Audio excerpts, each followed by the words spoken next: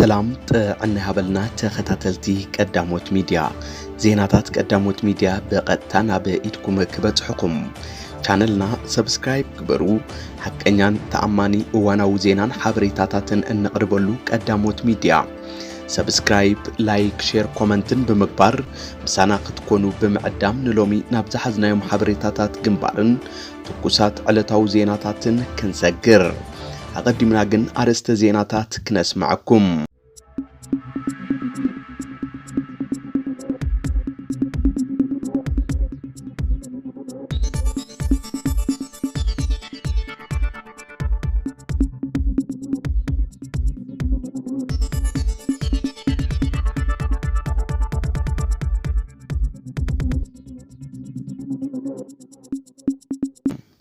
جگننتن سعراینتن مغلطی کبرتات گدل تگرای مخانو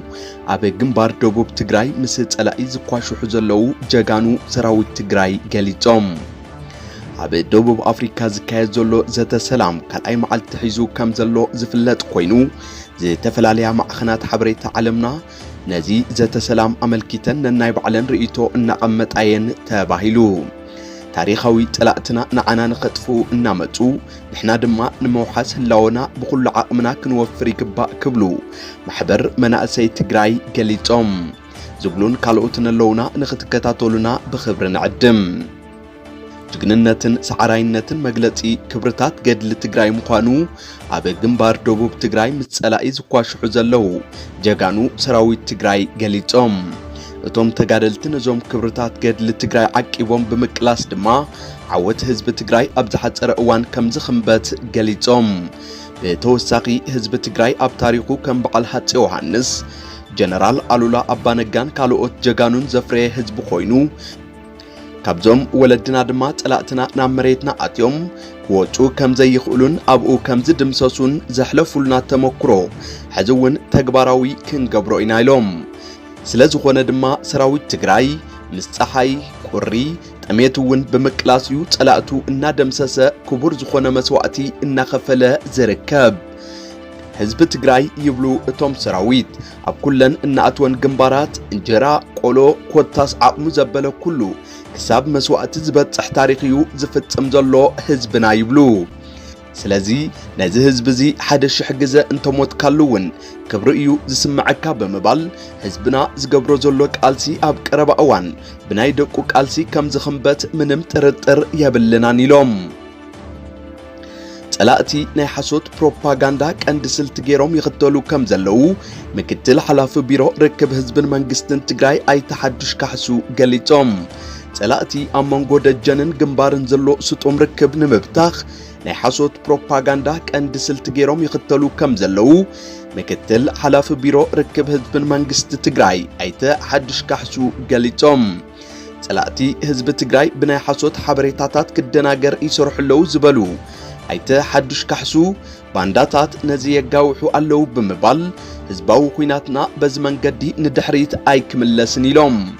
ጸላእቲ ብዕቱ ቢሰርሑሉ ኣብ ዘለው ስነልቦናዊ ኩናት ዝምልከቶም አካላት ዋናዊ ሓበሬታታት ህዝቢ ክረክብ በመግባር ይምከት ከም ዘለውን ገሊጾም ኣይተ ሓድሽ ካሕሱ ህዝቢ ትግራይ ክፈልጦ ዝግባእ ሓበሬታ ብእዋኑ ክቐርበሉ ኣለዎ ብምባል ሓድነት ህዝቢ ትግራይ ንምሽርሻር ዝሰርሑ ናይ ብዕራይ ወለደ ሓበሬታታት ንጎኒ በመግዳፍ መኸተና ንምዕዋት ጸኒዕና ክንቃለስ ይግባእ ድማ ኢሎም ታሪኻዊ ጸላእትና ንዓና ንኸጥፍኡ እናመጹ ንሕና ድማ ንምውሓስ ህላወና ብኩሉ ዓቕምና ክንወፍር ይግባእ ክብሉ ማሕበር መናእሰይ ትግራይ ገሊጾም ጸላእቲ ናይ ሓሶት ፕሮፓጋንዳ ከም ሓደ ትልማ ሓንፂጾም ዝጀመርዎ ወፍሪ ጸለመ ንጎኒ በመግዳፍ ህዝቢ ትግራይ ድማ ካብዚኦም ዝበሉ ወረታት ተቆጢቡ ማዕረ እቲ ኩናት ክቃለሶም ይግባእ ኢሎም ህዝብ ትግራይ ይብሉ እቶም መናእሰይ ኣብ ኩሎም ምዕራፋቱ ዘጋጥሞ ፈተናታት ከከም ኣመጣጾም እናመከተ ሳይነሳውን ጥበባውን ከምኡውን ነቲ ግዜ ዝጠልብ ኣወዳድባ በመፍጣር ከከም ኣመጣጾም እናመከተ ዝመፀ ህዝብ ምዃኑ ገሊጾም ሕዚ ድማ ብልፍንታውያን ወረርቲ ዝተደገሰሉ ወራር ንምምካት ከም ትልሙድ ኩሉ ዝምልከቶ ኣካል ታሪኻዊ ሓላፍነቱ ክፍጽም ይግባእ ድማ ኢሎም ኣብ ደቡብ ኣፍሪካ ዝካየድ ዘሎ ዘተ ሰላም ካልኣይ መዓልቲ ሒዙ ከም ዘሎ ዝፍለጥ ኮይኑ ዝተፈላለዩ ማዕኸናት ሓበሬታ ዓለምና ነዚ ዘተ ሰላም ኣመልኪተን ነናይ ባዕለን ርእይቶ እናቐመጣየን ተባሂሉ ማዕኸን ሓበሬታ ዘ ስታንዳርድ ሕዚ ትግራይ ሰላም እትረኽበሉ ግዜ እዩ ክብል ዝገለጸ እንትኾን እዚ ልዕሊ ፍርቂ ሚልዮን ህዝቢ ዝበልዐ ኩናት ብሰላም ተዛዚሙ ምርኣይ ንሰላም ቀርና ኣፍሪካ እውን ትርጉም ከም ዘለዎ እዩ ገሊጹ ማዕኸን ሓበሬታ ኒውስ 24 ብግድኡ እቲ ንኻልኣይ መዓልቱ ዝሓዘ ዘተ ሰላም ብጽቡቕ መንገዲ ይኸይድ ከም ዘሎ ብምግላጽ ማሕበረሰብ ዓለም ነዚ መድረኽ ብልዑል ትኹረት ከም ዝጥምቶ ድማ ገሊጹ እዩ